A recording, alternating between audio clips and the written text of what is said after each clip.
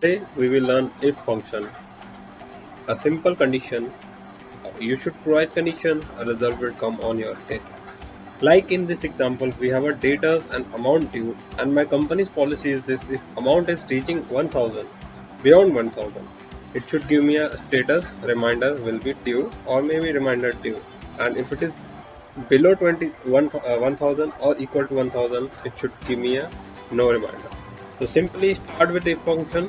You can check English, it's written, the condition will be provided by you, and if it is true, the method pop up as defined by you. Start with if function, logical test based on my condition, that is on the amount, that's why I have selected B.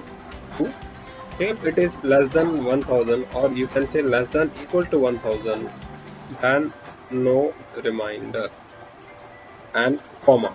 If obviously if it is not less than or equal to 1000, it will be a more than 1000. Yes, your reminder will be due. So for first it is no reminder. I'll copy the formula to all. Check whether the reminder due for 1000, even the no reminder, because we have mentioned the condition it is less than and equal to no reminder, and for every 1000 more than 1000 the reminder will come as a due.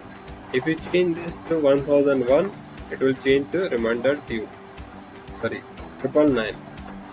No reminder, because even for 1000 it will share no reminder because we have mentioned less than or equal to. So that's it for this video. We will use if function in our next videos where you can use this if function in more advanced way.